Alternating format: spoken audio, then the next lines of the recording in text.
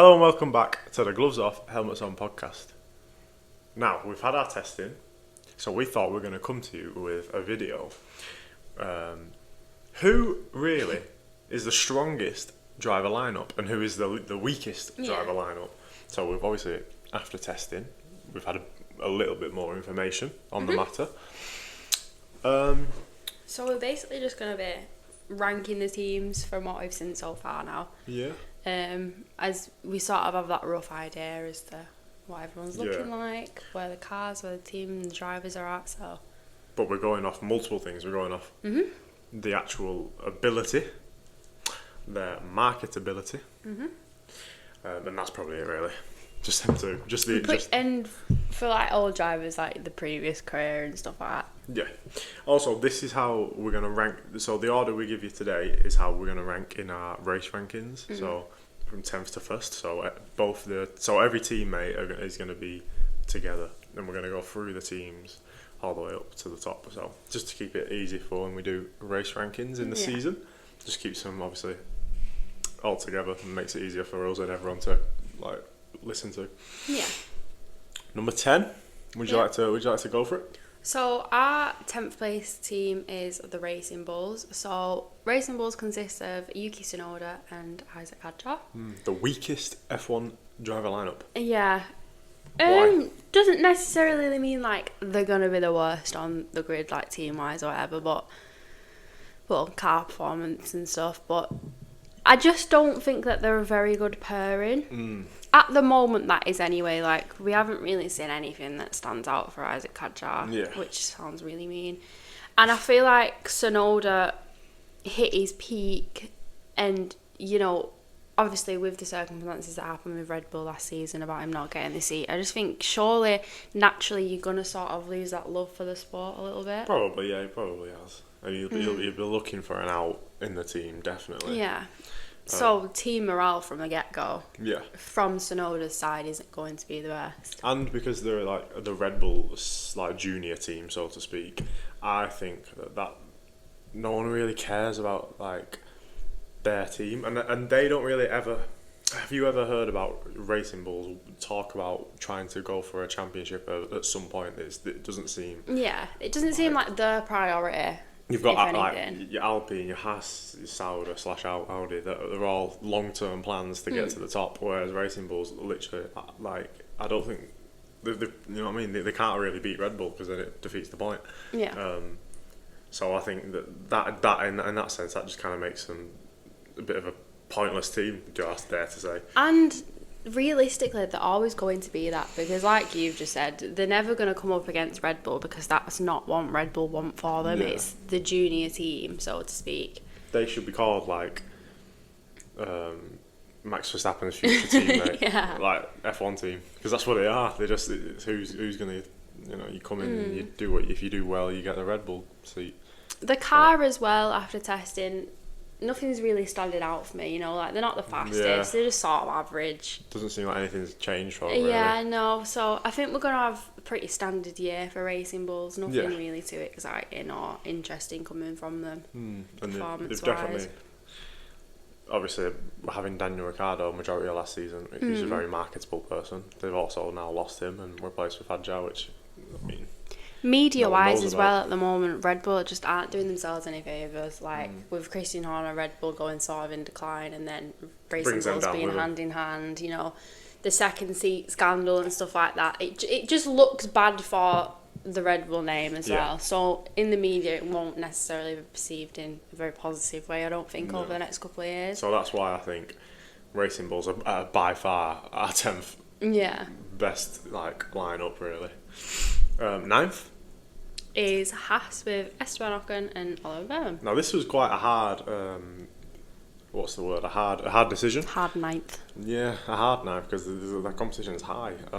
Purely because I think Ocon sorry about that. I think Ocon is declining.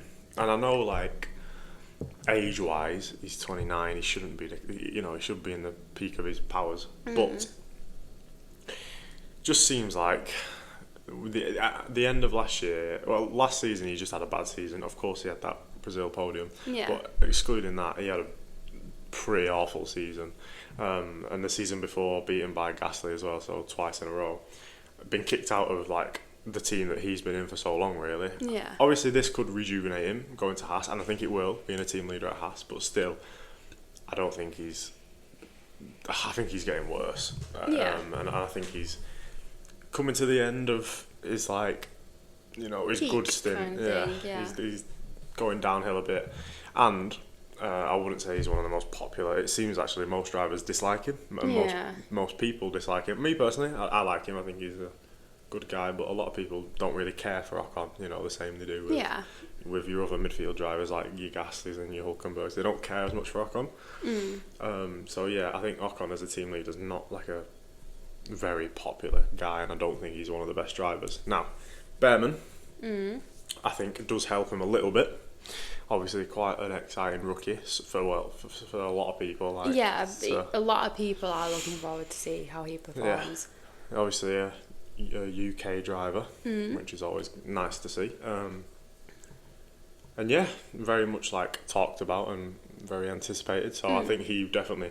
That's why we have him above Racing Bulls. That's why they're not last. Haas have always sort of had an experienced driver in the seat as well. Whereas now that they've brought a rookie up, they could be a really good opportunity for Haas, to stick with someone. Yeah.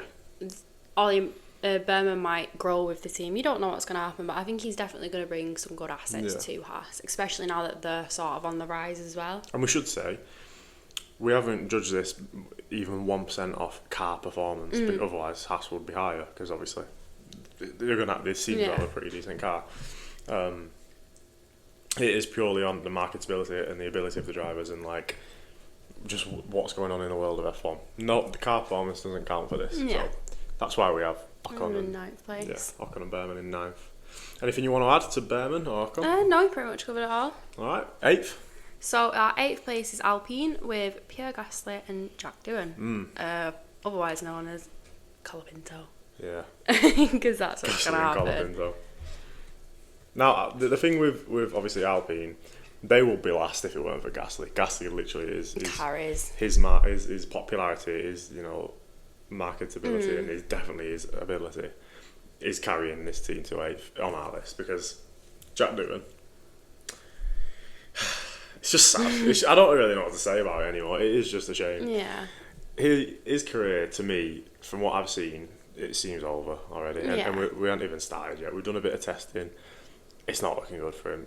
Word on the street is he's got till Miami, which is early on in the season to get it right. Which for a rookie coming in, that's a lot of pressure. You've only got 5 or 6 races to hit the ground running, and obviously he's only done 1 race before.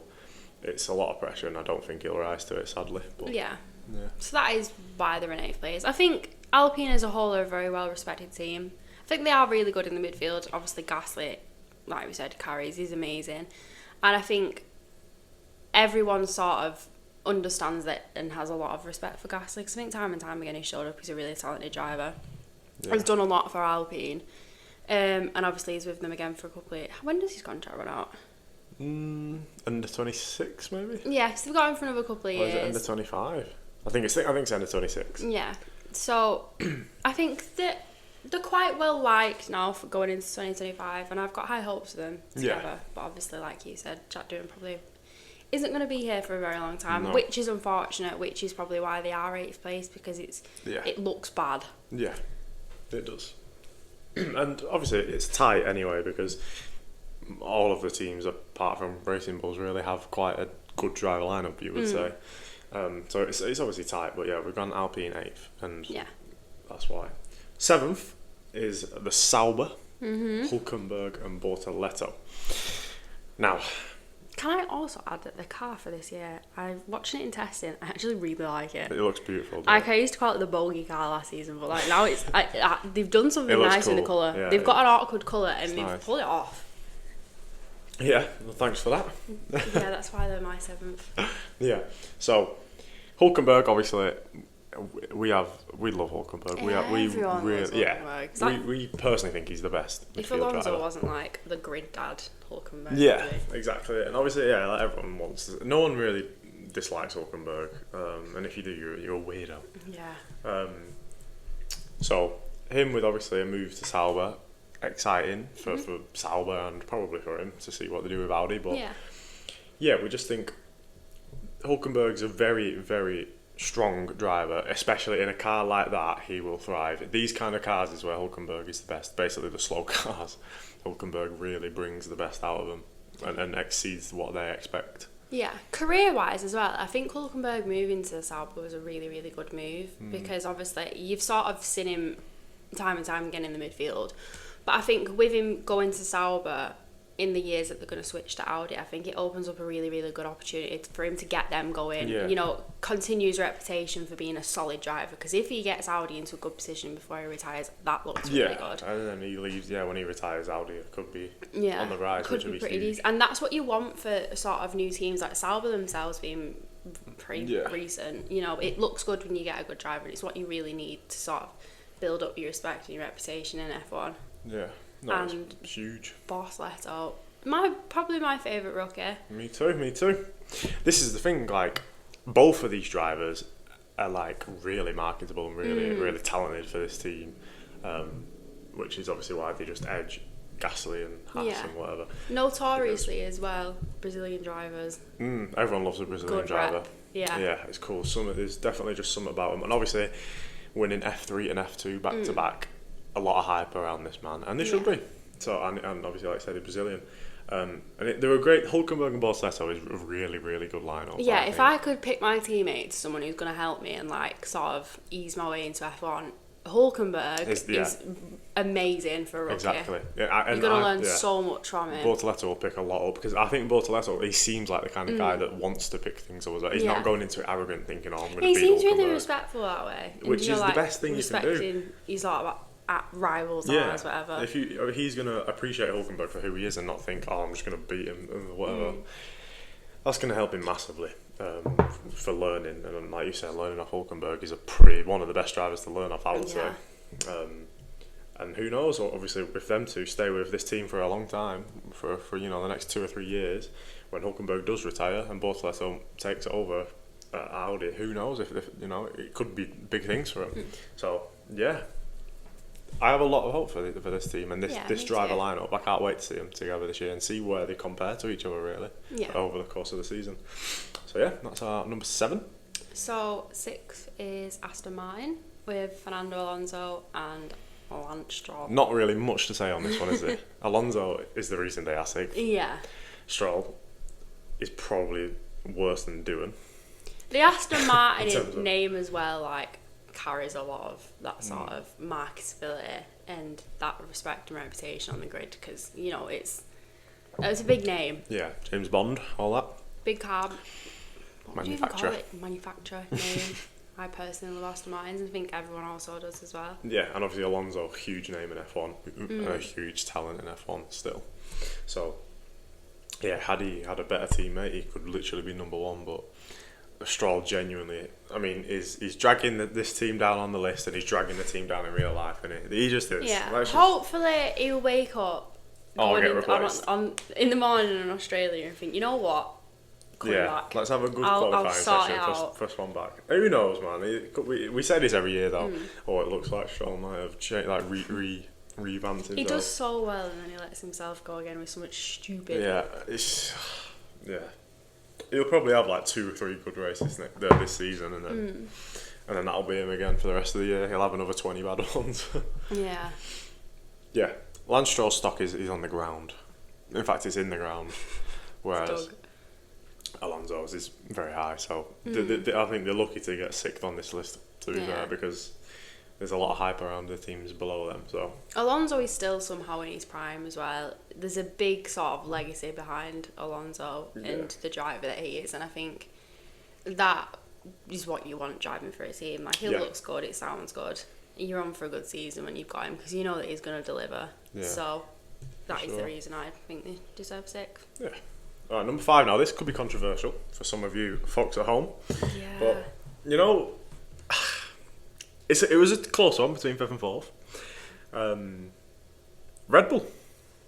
I don't know how I feel about Red Bull and Lawson and Verstappen. I said that in a weird way, but Yeah, it doesn't really stand out to me this year. There's not really much about Red Bull that, in previous years going into like the new seasons and sort of the hype around Red Bull, we don't really have it this year. No, not at all. For the first time in a long time. Yeah, and it feels kind of weird that you're not going into it thinking, oh, it's going to be another good year of Verstappen. Yeah, I know. It's very in the air, like, you don't know if it's going to be good or bad. Obviously, Verstappen, huge name in F1, defending champion, also is the reason that they are fifth. Yeah. Because the whole Lawson-Tsunoda thing has killed, like, no one, like, everyone's fallen out with Red Bull. If they didn't already hate Red Bull because of Christian Horner, now they absolutely hate Red Bull because Yuki Tsunoda's been robbed of a seat, right? Which makes people, like, question, why do I even they just don't support help Red Bull? Yeah, themselves. like, I don't understand it. I feel like everyone's fell out with Red Bull. Obviously, Lawson isn't a big name in F1 by any shot of the margin. I wouldn't say he's not as popular as Tsunoda with the fans and whatever. So if Tsunoda was in this seat, it probably would have been higher. But yeah, I just think a lot of controversy seems to surround Red Bull all the time. Yeah, it's like they've just got a cloud around them at the moment that's just negative. Like, they're just sort of going on that downward spiral. They had such a long peak. Yeah. And it just seems to be there's something else every few weeks or so that Red Bull you think, oh. Yeah. And if you're watching it, that's what's been on in the media at the moment about F1 75, about like the booing and like the crowd's reaction to Red Bull. Yeah. I've seen You that. can see that it is amongst F1 fans, like Red Bull aren't everyone's favourite at the moment. I know. And obviously, talent-wise, you've got the best driver on the grid, no doubt, Max Verstappen. But Lawson, I mean, where would you put him? Bottom 5, maybe? Yeah, on the grid, and bottom that's 10? no reflection of him. It's just you haven't really seen much from him yet. And there's just so many like quality drivers on the grid these days. Yeah. He's not bad. I'm not saying he's bad, and I don't think he'll be as bad as Perez was last season. He just needs time to prove But, himself, really, yeah. to earn that respectable spot. But yeah, Red Bull have just, for all the reasons we just stated, have just slipped down to 5th. Now, number 4, take it away, Emma B. Mercedes with George Russell and Kimi Antonelli.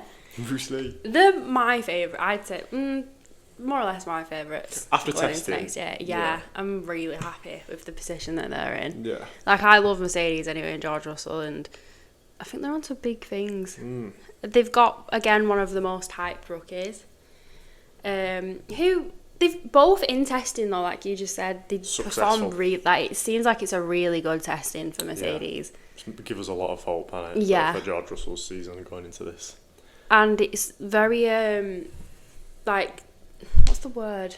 Consistent for the full 3 days. Yeah. For Mercedes as well, which looks like they're in for a very competitive season. Yeah. Which is obviously, that's what you want from Mercedes. Like they want, I think all of us in a way want them to prove Hamilton wrong and be like, you shouldn't have left. We don't need you. Yeah, that kind of vibe. Russell becoming like sort of the main man, team leader, I think is excited for really that. good. Yeah, really good for him because he was always sort of Yeah. shadowed by Hamilton, which is naturally going to happen because he is such a big name in F1. He's probably bigger than the sport, isn't he, really? So for him now not to be in the picture and for Russell to be like, right, this is my team, I think it's going to be really, really good. New Adidas sponsor as well, kind of cool. Yeah. I think, to be fair though, in modern times to get an Adidas sponsor, like, they're pulling it off. Yeah. And at the moment, Adidas is popping off with the shoes. So, it looks good in the media and Exactly. it's pretty good. I wouldn't mind a sponsor for him. Yeah, and I would say Antonelli is probably the most hyped rookie. Yeah. In terms of like general media and fans, not like a personal thing for us, but yeah, Antonelli's definitely the most like anticipated rookie. And obviously being put in one of the faster cars on the grid in your foot like straight away. Of course, there's going to be a lot of hype there. Give him a couple of years and I think he's going to be cooking. Yeah, he's in testing. He seems to be pretty good. And obviously Russell I'd say Russell's like a fan favourite. Yeah. And obviously for us, he's definitely one of our favourites. Marketability side to it as well, like Russell is very much a favourite amongst people. The team Mercedes itself is one of the favourites globally. Yeah. Throughout F1, Sure. It's such a big name, and I think Russell and Antonelli together representing Mercedes is like a dream. I think it'll go very, very down well in media. I think everyone will perceive them well, and I think they'll be one of the favourites, I think, for 2025. And that's why we have them just edging Red Bull. Which, controversial maybe, who knows? But that's our opinion. So, you like it or you loathe it. No, you're all entitled to your opinions. But now, number 3. They've made it very high up the list. Williams.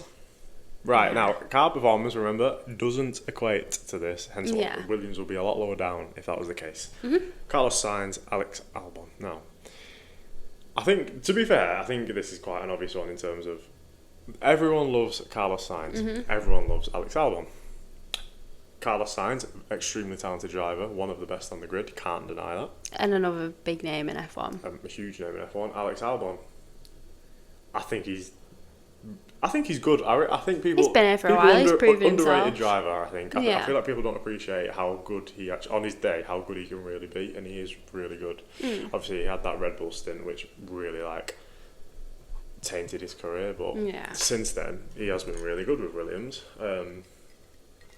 The Williams team itself has a legacy. Yeah, that's another thing. Obviously, the Williams team is a staple of F1. So the history of F1, it's always been there. Exactly. It's very successful in its heyday.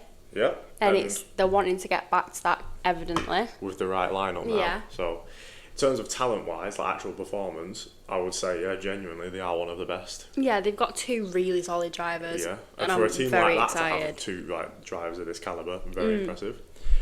So, yeah, obviously, like we said, extremely popular. I feel like no one, again, it's similar, like no one really hates them. Everyone wants to see the Williams and Sainz and Albon really get on with it and do well. And I think now, with over the past couple of years, it's been evident that Williams were making small improvements to get to the point where they're going to turn it around and, bring back the championships. And it's been building up for a few years now. And now that sort of the big things have happened where they've improved the infrastructure at the still ongoing at the ground. They're improving that. Stuff. They've got a better team, better people, better drivers. And I think they've got all the recipe now. It's really come together this year for people to see as well. They were with missing Sainz and Albon. 2 great drivers because they all had Albon, and now they've got that. And now it's driver. Everyone's can understand and really feel that hype of getting them back. And in testing, they probably are the team that impressed me most. Yeah, genuinely. They showed up and they were like, we're improving. We're coming for the title this season. No, obviously not, but they definitely. There's no way they'll finish higher. Yeah, they mean business, and that has also put even more hype than they already had, which is why we have them in 3. And obviously it could have been higher, but obviously the 2 teams in front of them. So crazy. They're not going to struggle with popularity this year. I think it's going to be what a lot of people are going to be speaking about after the races and their performance and how well they're going to do together. So I definitely think they're in a very good position for next year. Yeah. Definitely. I'm excited for it. Very good duo. Really excited for it. Now, number 2, our runner-up, McLaren or Ferrari, who's it going to be? McLaren. Yeah, McLaren. I think that was kind of obvious. Yeah. They've got sort of the 2 youngsters of the grid, which are very, very promising and talented drivers. I think Norris and Piastri together are so talented in their own ways. They've got a whole lot of potential, and I think one thing that has come out of testing and the press recently is how Norris and Piastri have emphasised the fact that they've improved, and they've sort of looked back at the performance last year and they've really focused on the little things that they can improve on. So I think that already is setting them off on the right foot for next season. And obviously a lot of hype on especially Norris, but McLaren because they won the Constructors last season. Yeah.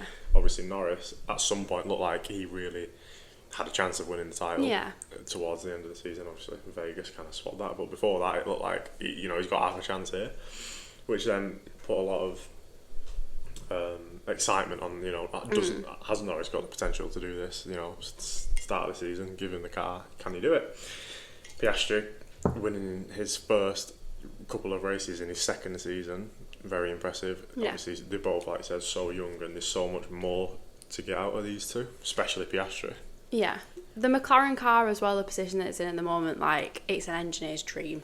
If you're a car fan and you're seeing the McLaren and everything that it is at the moment, and the level of engineering that's gone into that car, it's amazing. And a lot of people will sort of respect that and see that as, even it's got better now, and it is above sort of every other car, and I think that car's performance again for next season is going to be amazing. So having the fastest car and not winning the world championship is going to create a lot of hype going into the next season because everyone's going to be like, can they do it this time? I know they won the Constructors, but you know, the one that we all want is the drivers. Even people like imagining how has the car possibly got better, Yeah. and it's just somehow has. Like it's interesting to see what Yeah. they've done and what they've changed. So that definitely obviously puts them extremely high on this list. And I mean, thought about putting them number one because of all them reasons, but obviously there's Constructors championship winners as well. That gives them Yeah. quite a bit of hype. Exactly. I did say that. So you know, Oops. got to listen to me. No, Ferrari number one. This goes without saying, obviously. Look, I mean, Ferrari are probably number one regardless, but Yeah. when you put the Lewis Hamilton effect on top of that, Ferrari's by far the biggest team in F1. Yeah. Hamilton, biggest driver in F1. Put the two together, and you've got Leclerc. You're getting like a storm. Yeah, and Leclerc's probably, you could argue, is probably, bar maybe Verstappen, the second most popular. Yeah, F1 a lot driver. of people really, really love the car. So Ferrari have hit the nail on the head this season. I mean, not every season, but obviously, I personally think one of Leclerc's going to win the championship this season. I think Ferrari. I know from testing it looks like they're close, but I do think Ferrari, they've got the potential to do it this year. Really good duo as well, like skill and driver wise. Like they're gonna hand in hand. Yeah. They're doing a lot of stuff for Ferrari and the constructors as well. I think because they're both extremely talented drivers, and you know they've come back this year with such a big change with Hamilton and that mindset of like we're winning this. So yeah, so actual driving ability, they're probably number one on the list, and marketability, they're definitely number one on the list. So Yeah. and it's Ferrari, so quite a Last far number one. season as well, you know, they sort of left it with everyone wanting a bit more from them because it was so close and everyone was sort of expecting it to go Ferrari, and obviously the last couple of races it didn't. They lost the constructors by what, like 14 points? Yeah. Around something like that. So- and that's nothing. A lot of hype around that because you do have a lot of Ferrari fans that are now going to be holding on to that into the next season, which I think Yeah, boosts bringing the sort of Hamilton in as well. marketability and how loved Ferrari are going to be, because there's going to be so much hype around what they're going to do this year, Yeah. you know, to solidify that championship. Yeah, exactly. It's going to be so good. And yeah, I mean, needless to say anymore, really. Ferrari, of course, are going to be number one with bringing in Lewis Hamilton and having such a popular driver in Charles Leclerc. Yeah. They're both are very talented, and yeah, can't wait to see what I happens. know, it's going to be really exciting to see what comes out of next year with the driver lineups. I know. We're on for a very good year. So close. We keep saying next year as well, but it's 2 weeks. Yeah. It's literally, we are here. Like, we're ready to go. I mean, yeah, just to reiterate, we are going to be doing our race rankings out of 5 stars. We are going to use half stars. We'll probably do another video explaining this. But Yeah. just to reiterate, we're going to be ranking them Hadjar and Sonoda first, Behrman then Ocon, Bortoletto then Hulkenberg, Jack Doohan / Colapinto potentially, and Pierre Gasly. And then we're going to go Lance Stroll, Fernando Alonso, Liam Lawson, Max Verstappen, Kimi Antonelli, George Russell, Alex Albon, Carlos Sainz, Oscar Piastri, Lando Norris, Lewis Hamilton, Charles Leclerc. Yeah. That's how we're going to do it every single week, every single race anyway. And yeah, we're going to have anywhere from 0 star to 5 star, including half stars. Yeah. And then obviously we'll keep track of the average and review it every so often. So yeah, exciting things to come for us this definitely. season, this year. And yeah, hopefully you want to listen. Yeah. And we'll talk rubbish and we'll just keep going. Yeah. All right. Definitely. Thank you. Bye. Bye.